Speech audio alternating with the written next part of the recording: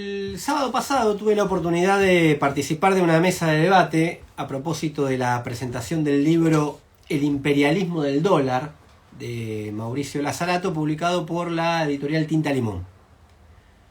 Lazarato es filósofo y sociólogo, vive en Francia hace bastante tiempo, aunque sigue haciendo sus exposiciones en su idioma natal, el italiano. Publicó varios libros que fueron traducidos en la Argentina. El anterior a este fue Guerra o Revolución, ¿por qué la paz no es una alternativa?, también publicado por Tinta Limón, y que generó múltiples discusiones. Este libro, El imperialismo del dólar, no para mí o no para nosotros necesariamente, pero sí para las ideas que circularon en las últimas décadas en el campo del pensamiento crítico, del pensamiento de izquierda en general, es un libro provocador. ¿Y cuál es su manera de provocar? Bueno, afirmando que para entender el mundo contemporáneo hay que retornar no solo a los autores clásicos, sino a las nociones clásicas. Por ejemplo, la primera y la más obvia, porque está en el título, es la categoría o la noción de imperialismo, pero también los conceptos de guerra, de lucha de clase, de revolución, la noción de estrategia, entre otras. En varios de sus libros anteriores, Lazarato propone una tesis, que también está en El imperialismo del dólar, que sugiere que en el pensamiento intelectual posterior a 1968, la fecha emblemática porque se produjo el Mayo francés, que dio nacimiento a muchos cambios en general y en el terreno intelectual en particular, el pensamiento post-68, como lo llama, desplazó el tema del imperialismo, de la revolución y de la guerra, lo sacó de su horizonte. Esto dio como resultado un pensamiento armonicista y pacificado, en última instancia un pensamiento de la derrota, que hizo suya la idea de que regía una gubernamentalidad propia del neoliberalismo, una especie de soft power, que se redujo toda a una técnica de administración biopolítica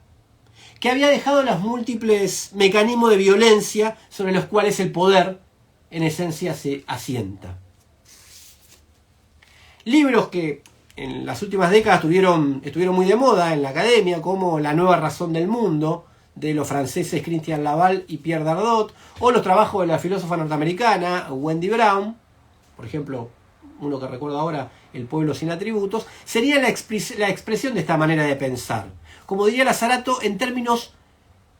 pensar el poder en términos positivos, una especie de poder blando, que había logrado internalizar el dominio, la subordinación pasiva de los nuevos sujetos creados por el neoliberalismo sin necesidad de mayor violencia, en el contexto, digamos, de una globalización relativamente armónica. Se había logrado el neoliberalismo producir que los propios sujetos internalicen y produzcan el poder que a la vez los domina. Esa es como la tesis que dice que dominó el pensamiento crítico en el último tiempo y que para él está equivocado. Obviamente que estoy sintetizando, todos estos trabajos tienen cuestiones interesantes y aspectos de verdad, pero Lazarato dice que son un poco unilaterales, porque detrás de esa gubernamentalidad neoliberal, tanto en su origen como en su funcionamiento, siguió existiendo el pillaje, la violencia, la coerción, la coacción, el despojo, y eventualmente también las guerras, que no solo apuntan contra los países a los cuales el imperialismo ejerce su dominio, con otras armas, con el dólar, justamente, sino también hacia las potencias competidoras con las que disputa en la geopolítica mundial, con los países, las potencias europeas, o ahora incluso con China. Bueno, la crisis financiera que se desató en 2008 con la caída del banco de inversión Lehman Brothers, y por supuesto la guerra de Ucrania, actualizaron todas estas cuestiones que Lazarato dice la vuelven a poner nuevamente sobre el tapete.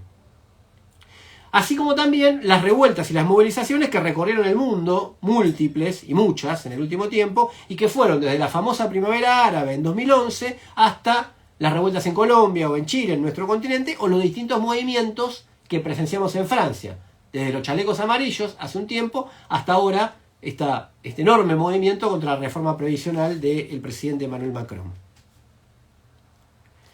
Bueno, como muestra de todo esto en nuestro como muestra local de todo esto en nuestro país, en la escena política de nuestro país,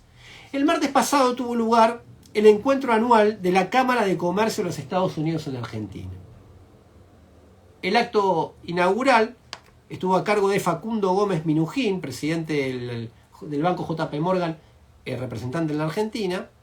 que fue el encargado, de transmitir las demandas de Estados Unidos a los dirigentes y candidatos presidenciales de nuestro país, que eran o que se sintetizan más o menos en más ajuste, en el marco de la grave crisis social que hay, reducción del gasto público, al que consideran excesivo, eliminar el déficit fiscal, la independencia del Banco Central y profundizar la agenda extractivista, entre otras cosas.